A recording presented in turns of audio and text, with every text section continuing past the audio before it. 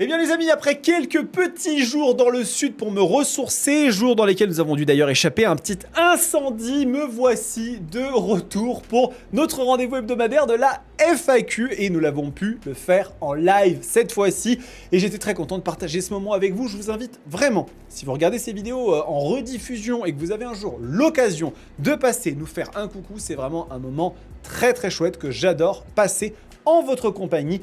Et donc, eh bien, avant de répondre à la première question, comme vous le savez, la tradition, c'est de voir un peu ce qui s'est passé dans le monde de la moto et sur l'actualité de la chaîne pendant la semaine qui s'est écoulée. Et donc, nous avons notamment deux petits points importants. Le premier, c'est la dernière FAQ dans laquelle nous avons discuté de la potentielle plus grande surprise de l'EICMA 2026. Très intéressante vidéo dans laquelle on distingue un peu ce qu'on attend, les choses qui peuvent légitimement arriver, eh bien des outsiders qui pourraient nous surprendre. Je vous invite à regarder la vidéo si ce n'est pas déjà fait.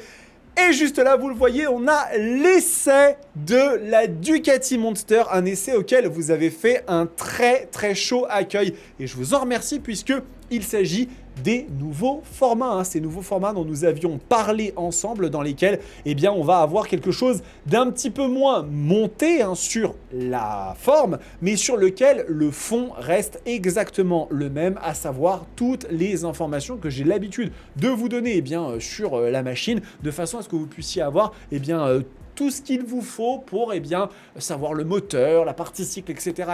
Donc la vidéo pour l'instant ne fait pas des vues extraordinaire, mais c'est normal parce qu'on se relance dans ce format-là. Par contre, ce que je suis ravi de pouvoir vous annoncer, c'est que les essais vont revenir en force et que vous allez en voir arriver beaucoup dans les prochaines semaines et les prochains mois. Et ça me fait extrêmement plaisir.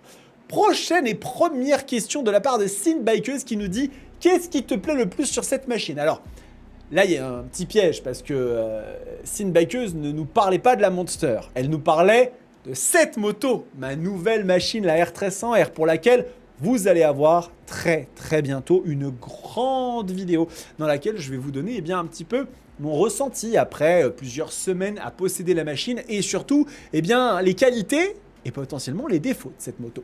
Mais si je devais aujourd'hui vous faire un petit avant-goût, j'ai pas coupé le micro, tout va bien, de ce que j'apprécie le plus sur cette machine, moi ce que j'adore, c'est le côté bicéphale de la moto. Bicéphale, qu'est-ce que j'entends par là? C'est que c'est une machine qui a deux visages. Vous avez d'un côté un moteur fabuleux avec des sensations complètement folles, les 149 Nm de couple, et de l'autre côté, vous avez une moto avec des aspects pratiques que quasiment aucun roadster ne vous offre dans l'ensemble de la proposition. Régulateur de vitesse adaptatif, Hill Start Control, poignée chauffante, selle chauffante, le ASA, le fameux système d'embrayage robotisé automatisé qui, n'en déplaise aux plus aigris, est fantastique. Parce que quand j'ai envie de rouler en manuel, je n'ai juste pas la sirette et franchement, je m'en passe très bien. Et vu que le sélecteur n'est pas mécanique, c'est juste un sélecteur, un actuateur, le passage de vitesse est ultra agréable. Et quand par contre j'ai envie de la laisser gérer à ma place sur les longs trajets, j'ai plus rien à faire, c'est fantastique. Et sur cette moto, je pense que c'est vraiment ce qui me plaît le plus, c'est ce côté double visage, c'est un peu une hydre la R1300R et ça j'adore, mais je vous en reparlerai beaucoup plus en détail dans la vidéo dédiée qui arrivera très bientôt.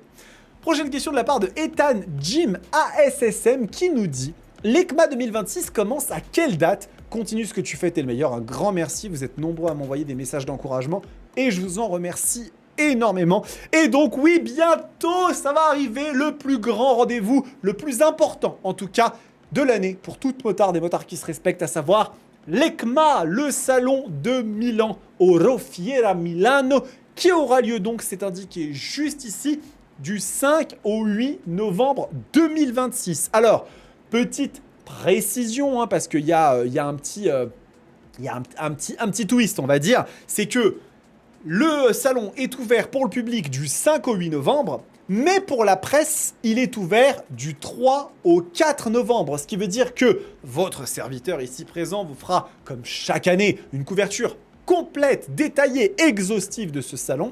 Et du coup, moi, je serai présent là-bas pendant le 3 et le 4. Donc, inutile de me chercher si vous venez à l'ECMA pendant les journées publiques. Si vous venez pendant les journées professionnelles qui ont lieu le 4, vous pouvez bien évidemment venir me saluer. Ce sera avec grand plaisir. Si vous arrivez à me trouver, hein, parce que ça va être un peu où est Charlie. Hein, l'ECMA, c'est toujours un peu compliqué. Mais par contre, effectivement, ça aura lieu donc pour moi du 3 au 4. Et je vais bien sûr vous donner toutes les informations que je peux avoir. Et on va faire une vidéo. Je ne veux pas la faire avec trop d'anticipation quand même, mais il va falloir bientôt commencer à la réaliser sur toutes les potentielles annonces en fonction des rumeurs, etc. qu'on peut avoir à l'ECMA. Et je peux vous assurer que on n'est pas prêt. On n'est pas prêt. Et si vraiment 70% de ce que je vais vous annoncer se réalise, on tiendra là peut-être l'édition la plus historique de l'ECMA depuis les 10-15 dernières années. Parce que vraiment, j'ai l'impression que tout le monde est extrêmement énervé. Prochaine question de la part de BabyZ Biker qui nous dit « Hey, penses-tu qu'entre l'ECMA et le salon du 2 roues, nous aurons des news ou une apparition de la Kawa HYSE Eyes, cette machine si intrigante, si révolutionnaire que Kawasaki est en train de développer et que vous avez probablement déjà vu apparaître sur des vidéos, sur TikTok, sur les réseaux sociaux parce que elle fait parler d'elle finalement cette machine, elle fait beaucoup parler d'elle. Alors pour celles et ceux d'entre vous qui ne la connaissent pas, la Kawasaki H2 HYSE, c'est un prototype de moto à l'hydrogène, propulsé et alimenté par de l'hydrogène. Et à l'arrière, ce ne sont pas des valises, hein, ce sont des bonbonnes d'hydrogène. Pourquoi ? Parce que Kawasaki est aujourd'hui en collaboration avec des sociétés qui fabriquent des réservoirs qu'on appelle complexes, avec donc des formes qui ne sont pas oblongues. Et aujourd'hui, elle n'est pas encore prête à ce niveau-là. Est-ce que la H2 HYSE sera présente à l'ECMA ? C'est une question à laquelle je n'ai pas forcément de réponse immédiate parce que cette moto, son développement reste encore aujourd'hui un peu un mystère. Il est vrai que on sait qu'elle continue à se développer, elle continue à faire des apparitions à certains événements moto. Hein. Encore récemment, il y a eu un événement au Mans, je crois, où elle était apparue. Mais le truc, c'est que il reste des défis, des challenges sur cette moto. Et en plus de ça, l'infrastructure aujourd'hui n'est pas forcément adaptée pour proposer des points de distribution d'hydrogène, etc. Dans les diverses pompes à essence et autres stations-service. Donc, il reste un certain nombre de challenges, mais on sait aussi que les 4 constructeurs japonais majeurs, hein, donc Honda, Yamaha, Kawasaki et Suzuki, travaillent main dans la main pour faire évoluer cette technologie, faire évoluer l'industrie à ce niveau-là.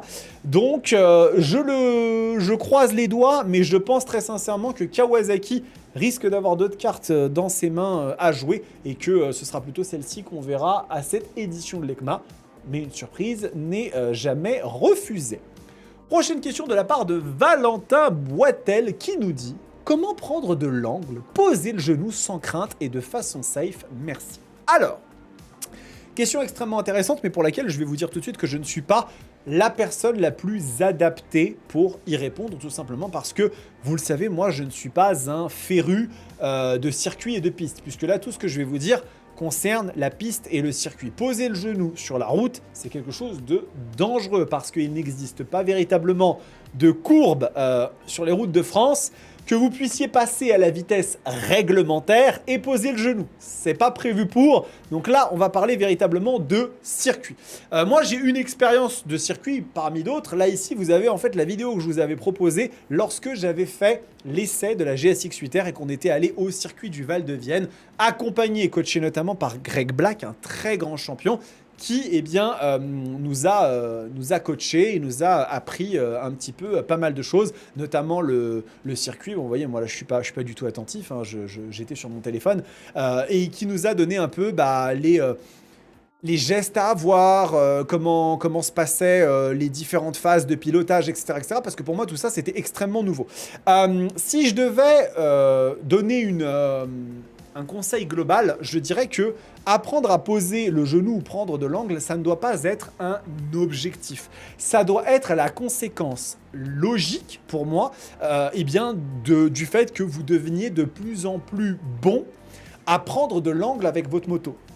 Et donc pour ça, il faut apprendre les gestes fondamentaux de la trajectoire et de la prise d'angle, parce que quand vous êtes sur circuit, vous décomposez énormément les gestes. C'est-à-dire que vraiment, vous êtes sur la moto, vous êtes sur la ligne droite, vous allez commencer à prendre les freins. En même temps, après, vous allez vous déporter à gauche ou à droite et sortir le genou pour pouvoir justement vous mettre dans le sens où vous allez aller, et puis ensuite vous allez emmener la moto. Et en fait, en prenant le temps et en allant à chaque tour un petit peu plus loin, tout petit à petit, doucement, et ben à un moment donné, vous allez entendre un petit skrrk et vous allez frotter avec le genou. Alors il existe bien évidemment des façons de frotter avec le genou qui sont artificielles. C'est par exemple ce que moi j'ai fait quand j'ai appris à le faire lorsque j'ai fait la vidéo de la GSX 8R, c'est-à-dire vraiment se déhancher au maximum et venir en fait frotter. Le truc c'est que ça c'est pas la meilleure façon on va dire de prendre de l'angle parce que justement en faisant ça,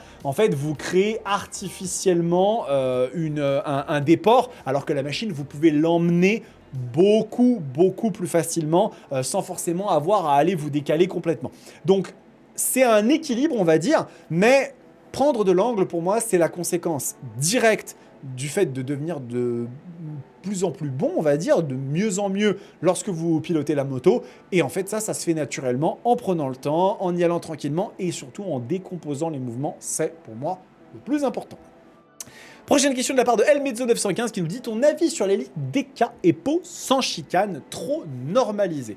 C'est une question qui est extrêmement intéressante parce que aujourd'hui, j'ai envie de dire qu'elle est plus que jamais au cœur de l'équation, on va dire, des problématiques des motards, tout simplement pour une bonne et simple raison, c'est que, en réalité, aujourd'hui, mettre une ligne décatalysée sur une moto, qui, je vous le rappelle, est totalement illégale. Vous n'êtes pas censé circuler sur la voie publique avec une moto qui est décatalysée. Le système de catalyseur sur une moto, c'est un système qui est obligatoire, qui sert à réduire les émissions, les normes à respecter les normes de pollution et d'émissions polluantes. Mais il est vrai qu'effectivement, aujourd'hui se pose une véritable question par rapport à nos motos qui est rapport aux normes de pollution, on va dire, toujours plus restrictives et qui en fait ne font plus que brider la puissance des motos, mais aussi les rendre passablement plus difficiles à vivre, avec notamment la chaleur qui augmente, etc. etc. Je ne vous encouragerai jamais à installer une ligne décatalysée sur votre moto, parce que ce n'est pas légal. Maintenant, quand quelqu'un me dit j'ai installé une ligne décatalysée parce que ça me permet de récupérer la puissance de ma moto, mais je fais particulièrement attention, soit parce que j'ai installé un système à clapet pour ne pas déranger les gens, parce que vous savez que ça augmente aussi le volume de la moto, donc ça c'est quelque chose qu'il faut prendre en considération. J'ai installé un système de clapet et je l'ouvre uniquement quand je suis hors agglomération et que je ne gêne pas, ou alors quelqu'un qui me dit je l'ai fait parce que la chaleur de ma moto elle était insupportable. On va être honnête, je ne peux pas juste dire non, je suis totalement contre, je comprends la personne. Je ne trouve pas que ce soit quelque chose de légal et je ne peux pas vous encourager à le faire, mais je ne peux pas aussi dire, en étant parfaitement honnête, je comprends pas que la personne l'ait fait. Parce que, oui, je peux le comprendre. Aujourd'hui, on est dans des situations où on a des normes qui sont tellement strictes et qui rendent certaines machines tellement difficiles à vivre. Je parle même pas de performance, hein. Je parle juste en fait de chaleur, que c'est quelque chose que je peux concevoir. Maintenant, je pense qu'il y a différents degrés. Je pense qu'il y a la conscience de chacun, puisqu'on sait que ça augmente les émissions de normes polluantes. Après, à tout un chacun de se faire son avis. Moi, je ne suis pas là pour faire la morale à qui que ce soit. Et surtout, le respect des uns des autres. C'est-à-dire que si vous faites ça pour faire du bruit, pour faire plus de bruit, ça, c'est quelque chose que je condamne fermement. Et pour moi, ça n'a aucune justification. Et l'excuse de dire « je veux que les gens m'entendent en arrivant », le son ne marche pas comme ça. Hein. Le son, ça ne marche pas comme ça. C'est des vibrations et les ondes, elles partent vers l'arrière, partent pas vers l'avant. Donc, c'est pas parce que vous avez installé votre ligne ACRA ou quoi que ce soit qu'on va mieux vous entendre quand vous allez arriver, notamment sur des voitures récentes à partir de 2015-2020 qui sont full isolées. Croyez-moi que c'est pas ça qui va faire une différence. Par contre, si vous faites ça parce que vous voulez récupérer de la performance sur vos motos et que vous voulez avoir une moto un peu plus vivable et que vous savez ce que ça implique, moi je ne peux pas juste dire non, je ne suis pas d'accord, mais c'est un sujet qui est très touchy et je peux comprendre que toutes et tous vous ayez une opinion là-dessus et moi c'est la mienne, mais ça n'engage que moi en l'occurrence. Avant-dernière question de la part de Antoine CPN qui nous dit « Hello, pourquoi les marques passent par des importateurs? Cima, GD France, etc. » C'est une question qui est extrêmement intéressante elle aussi. Et il est vrai que, il existe des marques qui sont vendues directement. Hein, donc la marque elle-même vend ses motos sur le territoire où elle est, par exemple ici en France. Et puis, il existe eh bien, des importateurs, comme ici en l'occurrence GD France, qui va s'occuper de CF Moto, entre autres, hein, qui est aujourd'hui la marque chinoise la plus importante en France, mais aussi la Cima pour QJ Motor, importateur historique, hein, qui a fait notamment des marques comme Moto Morini, et qui aujourd'hui, bon, bah, malheureusement, Moto Morini n'est plus géré par la Cima. Mais pourquoi? Eh bien tout simplement parce qu'en fait, il existe, on va dire, des stratégies selon les marques, selon les volumes, selon la volonté d'avoir un SAV et un réseau en nom propre. Et que, eh bien, il y a des marques qui, des fois, veulent tâter le terrain, veulent voir un petit peu ce que ça va donner. Le fait d'avoir un importateur, ça aide sur beaucoup de choses. Ça évite d'avoir à engager soi-même des ressources, de la main-d'œuvre, de former des gens et de. Il y a des marques qui, selon les territoires, hein, parce que QJ Motor se vend en nom propre ou CF Moto se vendent en nom propre en Chine. Mais lorsqu'on va chercher des nouveaux territoires, l'idée c'est nous on fait les motos et on laisse la gestion et la logistique de ces motos à d'autres personnes dont c'est le métier, qui sont spécialistes là-dedans et qui vont mieux le faire que nous. Typiquement, là en l'occurrence, par exemple, GD France. Est-ce que ça veut dire que CF Moto, QJ Motor, Zontes et toutes ces marques-là ne passeront pas un jour en nom propre? Ça dépend très fortement de plusieurs facteurs comme les volumes de vente, comme la stratégie globale de la marque. C'est sûr que si demain, vous avez une marque comme CF Moto qui se met à avoir des volumes, et soyons très honnêtes, les volumes aujourd'hui sont atteints, suffisamment importants pour, on va dire, outrepasser les inconvénients de s'installer en nom propre, ils vont le faire. Parce que du coup, ils n'auront plus à payer des taxes, des commissions, on va dire, à l'importateur. Et donc, ils auraient tout à fait raison de le faire. Ça, c'est quelque chose qui est tout à fait envisageable. Pour des marques qui sont un peu plus mineures, on va dire, en termes de vente, comme par exemple Moto Morini, qui a jamais fait des ventes extraordinaires en France, bah, c'est vrai que ça avait du sens de passer par un importateur. Donc, en fonction de l'évolution de la situation, mais aussi de la stratégie de la marque, en l'occurrence, toutes les marques peuvent ne pas nécessairement vouloir faire ce genre de stratégie, et bien dans ce cas de figure, on peut avoir effectivement une évolution. Et croyez-moi, s'il y a une marque qui est tout à fait capable de faire ça, c'est CF Moto. Parce que CF Moto, ils ont envie de montrer qu'ils sont là. Ils ont commencé par faire GD France, mais à mon avis, un jour, ils vont vouloir se détacher de l'importateur et être présents en nom propre, de la même façon qu'ils ont commencé par collaborer avec Kawasaki pour certains moteurs, puis après KTM, et maintenant ils font des moteurs maison, on va dire, leur propre moteur. Et ça va être exactement ça pour la distribution, parce qu'ils veulent s'installer comme tous les autres acteurs. C'est vrai qu'aujourd'hui, bah, Honda, Yamaha, BMW, Kawasaki, Suzuki, ce sont des marques qui sont présentes en nom propre sur le territoire français.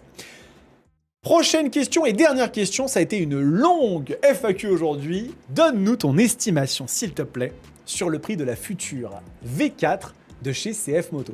Cette question, elle est extrêmement intéressante. Encore une fois, on pose que des questions intéressantes ici, mais vous le savez que c'est probablement la machine qui aujourd'hui est la plus attendue. Cette V4 SR double R, c'est à mon sens la moto qui cristallise les attentes de la plus grande majorité de motards et motards, parce que elle est finalement le passage à une nouvelle ère pour CF Moto, pour les marques chinoises au global. Il s'agit d'une hyper sportive de 212 chevaux, donc on est véritablement sur un monstre avec des qualités qui ont l'air exceptionnel, tant au niveau de l'architecture, je vous l'ai déjà dit, mais faire un V4, c'est beaucoup plus compliqué qu'un 4 cylindres en ligne.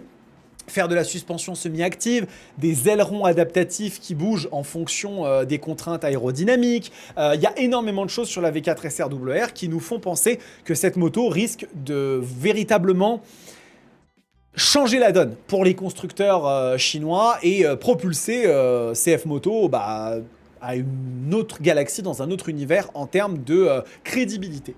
Quel est le prix potentiel de la V4 SR-WR? Écoutez, moi, je vais partir sur un pari. Je ne vais pas donner un prix exact parce que je pense que ce serait un peu exagéré. Je pense que la V4 SR-WR se situera entre 17 500 et 19 000 euros. Pourquoi? Parce que déjà, dans un premier temps, on sait que de tout temps, CF Moto est une marque qui a toujours joué le rapport qualité-prix avant toute chose. Si vous regardez par exemple aujourd'hui une machine comme la 800 MT, on est à 9000 euros, on est à 10 000 euros sur une MT Explore, sur des machines par exemple comme la 800 NK par exemple, on va être sur des prix qui vont être à 7400, 8000 euros sur la version Advanced TC qui est incroyable et qui a des choses vraiment folles. Et il y a pour moi deux maîtres étalons qui vont servir de repère à CF Moto pour proposer la machine. La première, c'est celle-là. Donc la ZX10R qui est aujourd'hui à 19 000 euros, qui a donc évolué et qui est moins cher de 2 000 euros que la version précédente. Ça a été fait pour une bonne raison, hein. C'est une réponse directe à CF. C'est en prévision justement de l'annonce du prix de la V4 SRWR. Et la GSX R 1000R qui est donc à 20 500 euros sur une version Limited Edition. Je vous le rappelle, hein, avec les ailerons en carbone. Une autre version est prévue un peu plus tard qui serait potentiellement un peu moins chère. Donc en prenant tout ça en considération et en sachant que CF est une marque qui cherche à vraiment mettre en avant un rapport qualité-prix fulgurant pour s'assurer qu'ils vont avoir des volumes de vente extraordinaires, je pense honnêtement que la V4 SRWR est une machine qui pourrait tout à fait se positionner à un tarif entre 17 500 et 19 000 euros. Et personnellement, je pense que le 18 499 me semble être le tarif le plus probable, on va dire, même si effectivement les caractéristiques de la moto semblent folles, mais je pense vraiment que sur cette machine, il faut s'attendre à ça.